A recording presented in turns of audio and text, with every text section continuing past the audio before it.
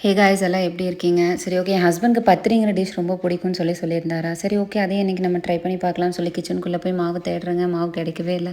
So ரொம்ப நேரம் தேடி தேடி பார்த்ததில் பார்த்திங்கன்னா அடியில் இருந்துச்சு மாவு. ஒரு வழியாக மாவை தேடி கண்டுபிடிச்சி வெளியே எடுத்துட்டேங்க. அப்போ அப்படிங்கிற மாதிரி ஆயிடுச்சு. சரி யூடியூப்பில் நம்மளே இதை ட்ரை பண்ணாமே பண்ணிடலான்னு சொல்லிட்டு ஒரு பாத்திரத்தில் பார்த்திங்கன்னா 2 டம்ளர் தண்ணி, கொஞ்சோண்டு உப்பு, கொஞ்சோண்டு தேங்காய் எண்ணெய் ஊற்றி மிக்ஸ் பண்ணிவிட்டு நல்லா கொதிக்க வைக்கணுங்க. நல்லா கொதிச்சதுக்கப்புறம் பார்த்திங்கன்னா அதிலே 1 டம்ளர் வந்து அரிசி மாவை போட்டு ஆட் பண்ணி சிம்மில் வச்சு நல்லா கிளறிக்கணுங்க. அடி பிடிக்காத அளவுக்கு நல்லா கிளறிக்கணும்.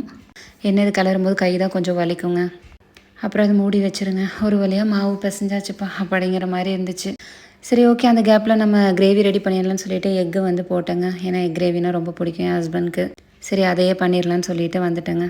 இருக்கிறதுலையே கஷ்டமான விஷயம் இந்த வெங்காயம் கட் பண்ணுறது தாங்க. ஏன்னா எவ்வளோ அழுவோம் நம்மளுக்கே தெரியாது. அப்புறம் ஒரு பாத்திரத்தில் எண்ணெய், கொஞ்சம் கடுகு, சீரகம், வெங்காயம், கருவேப்பிலை எல்லாமே போட்டு நல்லா மிக்ஸ் பண்ணிவிட்டு கொஞ்சோண்டு இஞ்சி பூண்டு பேஸ்ட் எல்லாமே போட்டுட்டு தக்காளி கொஞ்சம் போட்டுட்டு நல்லா அதை வதக்கிட்டு மூடி வச்சுருங்க. 2 நிமிஷத்தில் பார்த்திங்கன்னா எடுத்துகிட்டு கொஞ்சோண்டு மஞ்சத்தூள், கொஞ்சம் கொத்தமல்லி, கொஞ்சோண்டு பெப்பர் போட்டு நல்லா அதை கிளறி விட்டுட்டு மூடி வச்சுருங்க. சரி ஓகே, இந்த கேப்பில் மாவு பிசைஞ்சிடலாம் அப்படின்னு சொல்லிட்டு மாவு பிசைஞ்சிட்ருக்கேன். பார்த்தா கிரேவியும் ரெடியாக இருந்துச்சுங்க. சரி முட்டையை போடுற டைம் ஆயிடுச்சுன்னு சொல்லிட்டு முட்டையெல்லாம் எடுத்து போட்டு நல்லா கிளறி விட்டு அதை ரெடி பண்ணி வச்சுட்டேங்க.